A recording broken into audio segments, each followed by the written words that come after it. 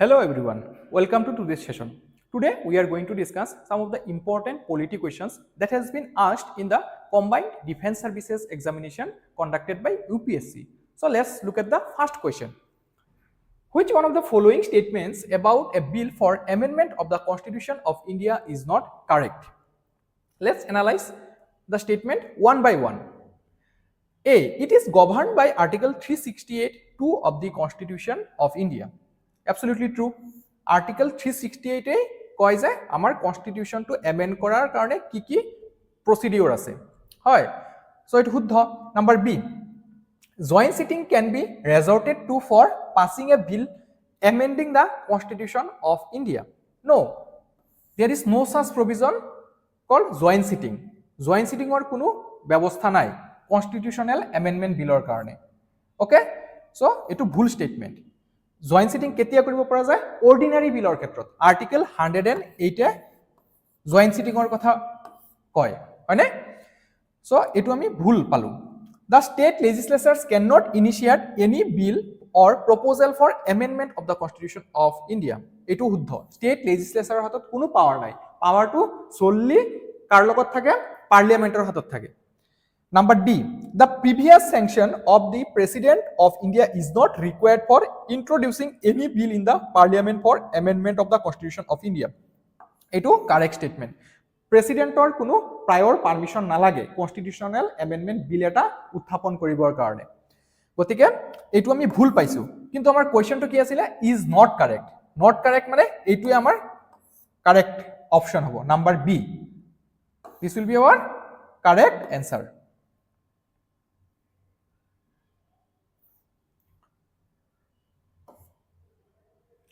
Let's look at the second question.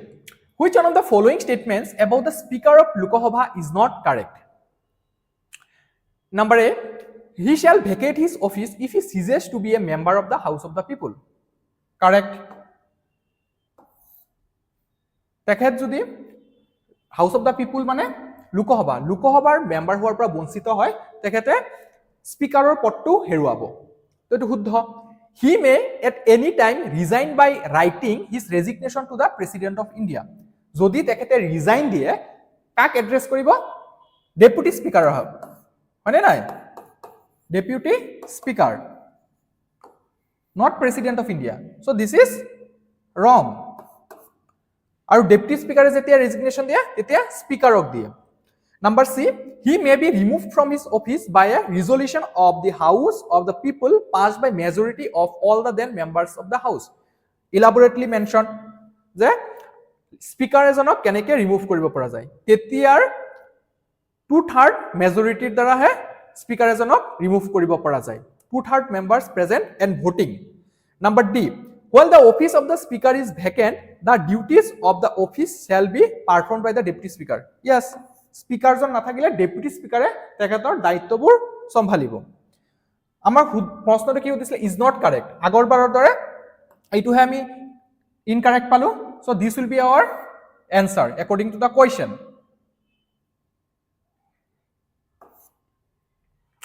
Next question which one of the following reads means you may have the body আমি এই কোয়েশ্চনটো বহুত discuss কৰিছো আমি যেটো playlist আছে তাত চেক কৰিব পাৰো Number A is the correct answer. Habeas corpus. Habeas corpus means you have the body. Eto Supreme Court Article 32 under aru High Court 226 under issue kore. Ketia issue kore? Jetia illegal detention kore. Kono authority illegal detain kore. Tetia High Court ba Supreme Court kobo pare je manuhjonor body amar usorat uposthit kora. Then court examines the legal aspect of the detention or arrest aspect. Mandamus eto Latin শব্দ ইয়াৰ অৰ্থটো কি হয় we command certiorari to certify co warranto by what authority of আমি এইবোৰ discuss কৰিছো in detail আপোনালোকে আগৰ সেশনবোৰ চাব পাৰে নেক্সট কোৱেশ্চনটো চাও which one of the following articles of the Constitution of India requires the Prime Minister of India to furnish information related to decisions of the Council of Ministers to the President of India factual question The correct answer is Article 78. Article 78 কি কয় যে Council of Minister কোনো head কৰে Prime Minister. Prime Minister council of minister কি decision লৈছে সেইবোৰ প্ৰেসিডেন্টক জনাব লাগে okay so this is our correct answer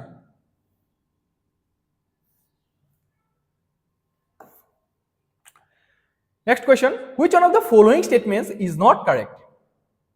number A all executive actions of the government of India are taken in the name of the president of India yes president of India is the nominal head de jure executive and prime minister is the de facto executive or real leader and all executive actions of government of India are taken in the name of president of India similarly in case of state all executive actions of the state are taken in the name of governor of the state next statement number B so this is correct number B the president of India appoints a person as attorney general of India provided he is qualified to be a judge of the Supreme Court or High Court there is no such provision for minimum age but our constitution has mentioned that he has to be or he or she has to be a minimum qualification of judge যে হাই court বা supreme কোৰ্টৰ জাজ হোৱাৰ যোগ্যতাটো থাকিব লাগিব তেতিয়াহে এজন মানুহক attorney general of India হিচাপে নিযুক্তি দিব পৰা যাব article 76 to attorney general of ইণ্ডিয়াৰ বিষয়ে উল্লেখ কৰা আছে তো এটো শুদ্ধ statement Number C to solve the total number of ministers in the council of ministers cannot exceed 10% of the total number of members of the house of people. House of people মানে লোকসভা কৈছে যে লোকসভাত মিনিষ্টাৰৰ সংখ্যা কিমান হ'ব পাৰিব percentage ওয়াইজত কৈছে 10% তকৈ বেছি হ'ব নোৱাৰে যেটো ভুল statement 91st constitutional amendment actor দ্বাৰা এটো প্ৰভিজন আনা হৈছিল যে টোটাল ষ্ট্ৰেংথ যিমান থাকিব হাউজৰ তাৰ 15% হে মিনিষ্টাৰ হ'ব পাৰে so here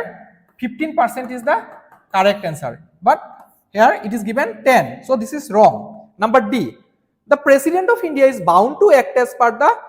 advice tendered by the council of ministers this is true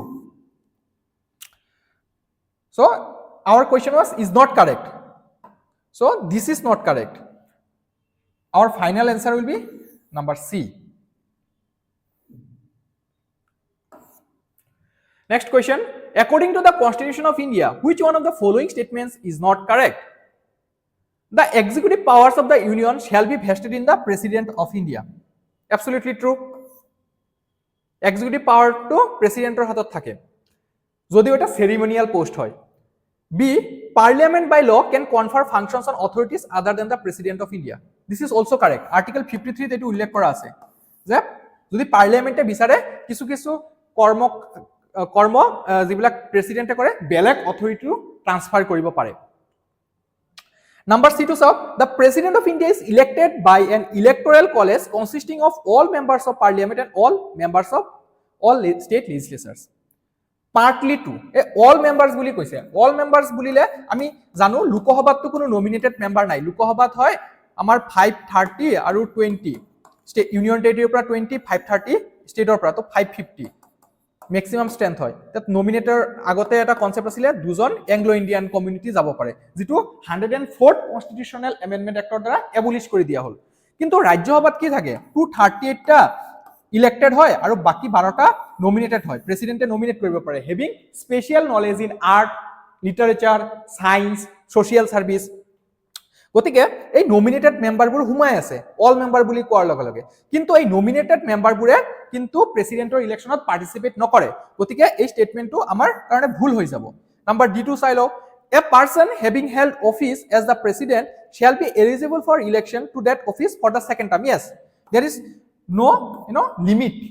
আমাৰ কনস্টিটিউশনে কোনো লিমিট প্লেস কৰা নাই কিন্তু আমেৰিকান কনস্টিটিউশন চালে যে ম্যাক্সিমাম দুবৰ এজন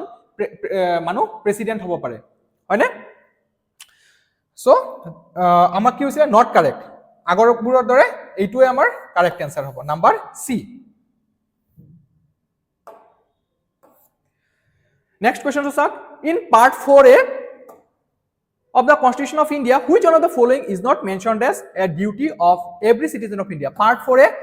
42nd constitutional amendment act 1976 অৰ দ্বাৰা আনা হৈছিল শৰণ সিং কমিটিৰ ৰেকমেন্ডেশনত আমি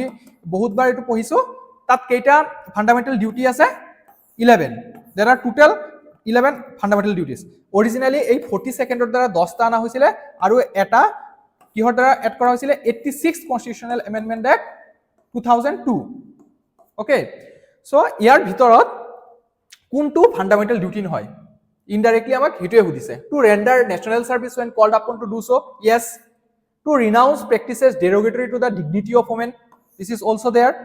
number C to value and preserve a unitary national culture আমাৰ কালচাৰটো কেনেকুৱা হয় কম্পোজিট হয়নে ইউনিটাৰীটো নহয় আমাৰ তাত যদি আমি লাইনটো চাও ফান্ডামেন্টাল ডিউটিত এটো উল্লেখ আছে to value and preserve rich heritage not this unitary national culture নহয় so this is the wrong statement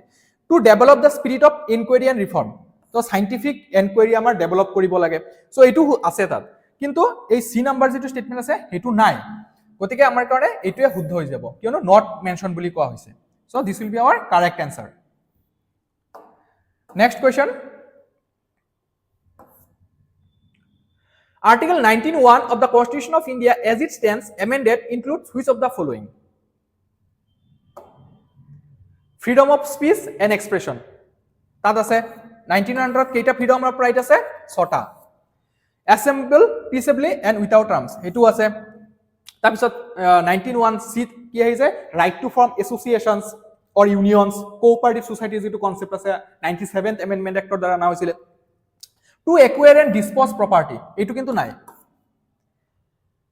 to move freely throughout the territory of India এটো আছে কিন্তু এই যিবিলাক আমাৰ right আছে এটো absolute নহয় they are qualified it means state can restrict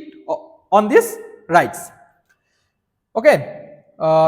so select the correct answers using the code given below so our answer will be 1 2 and 4 D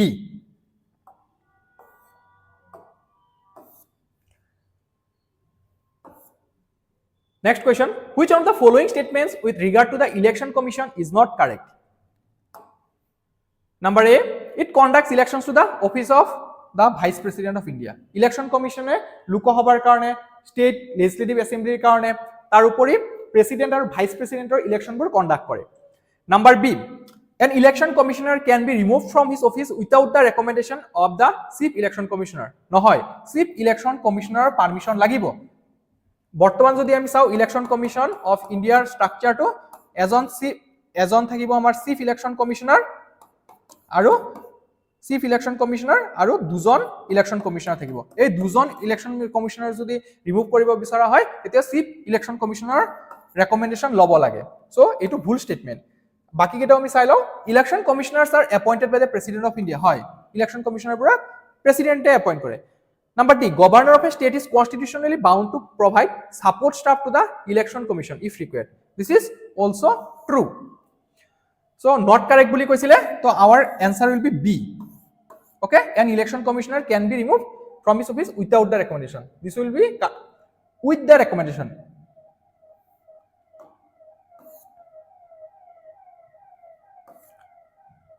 Next question, which one of the following is not a characteristic feature of Indian Federalism? Indian Federalism or tolar kuntu eta feature নহয় বুলি কৈছে The federating units consented to form a union. Consent তেতিয়া আমাৰ কিমান আছিল 582 provinces আছিল so সবে কিন্তু কনসেন্ট দিয়া নাছিল আমি যদি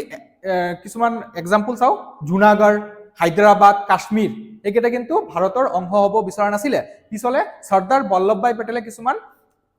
স্টেপ লৈছিল যাৰ দ্বাৰা ভাৰতৰ অংশ হৈছিল এই তিনিটা ষ্টেট সো এইটো আমাৰ কিন্তু ফেডাৰেল স্ট্ৰাকচাৰ পাৰ্ট নহয় আমেৰিকাৰ ক্ষেত্ৰত যদি চাও আমেৰিকা টোটাল 50টা ষ্টেট আছে আৰু হিয়তে কিন্তু কনসেন্ট প্ৰভাইড কৰিছিল গতিকে এটো আমাৰ নহয় number B residuary powers vest with the centre হয় ৰেসিডুয়াৰি পাৱাৰটো কি হয় যিটোৰ পাৱাৰ আপোনাৰ Schedule 7 union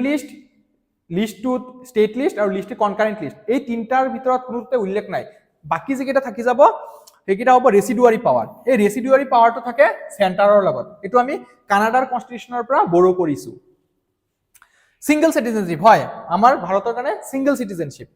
number D an extensive union and concurrent list হয় আমি যদি ইউনিয়ন লিষ্টত চাও কেইটা আছে টোটাল সাবজেক্ট 98 অৰিজিনালি 97 টা আছিল তাৰ পিছত কনকাৰেন্ট লিষ্টত যদি আমি চাও ইয়াত আছিল 47 বৰ্তমান 52 মান হৈছে তাৰ পিছত স্টেট লিষ্টৰ পৰা কিছুমান কাটি পেলাই কনকাৰেন্ট লিষ্ট হৈছে স্টেট লিষ্টত অৰিজিনালি 66 আছিল বৰ্তমান 59 আছে আজি এইকেইটা কুৱেশ্যনে সিলেক্ট কৰা হৈছিলে আপোনালোকে যদি ভিডিঅ'টো ভাল পাইছে ভিডিঅ'টো লাইক কৰিব চেনেলটো সাবস্ক্ৰাইব কৰিব আৰু এনেকুৱা ভিডিঅ' চাই থাকিবৰ কাৰণে আমাৰ পলিটি PYQ প্লেলিষ্টটো চেক আউট কৰিব পাৰে থ্যাংক ইউ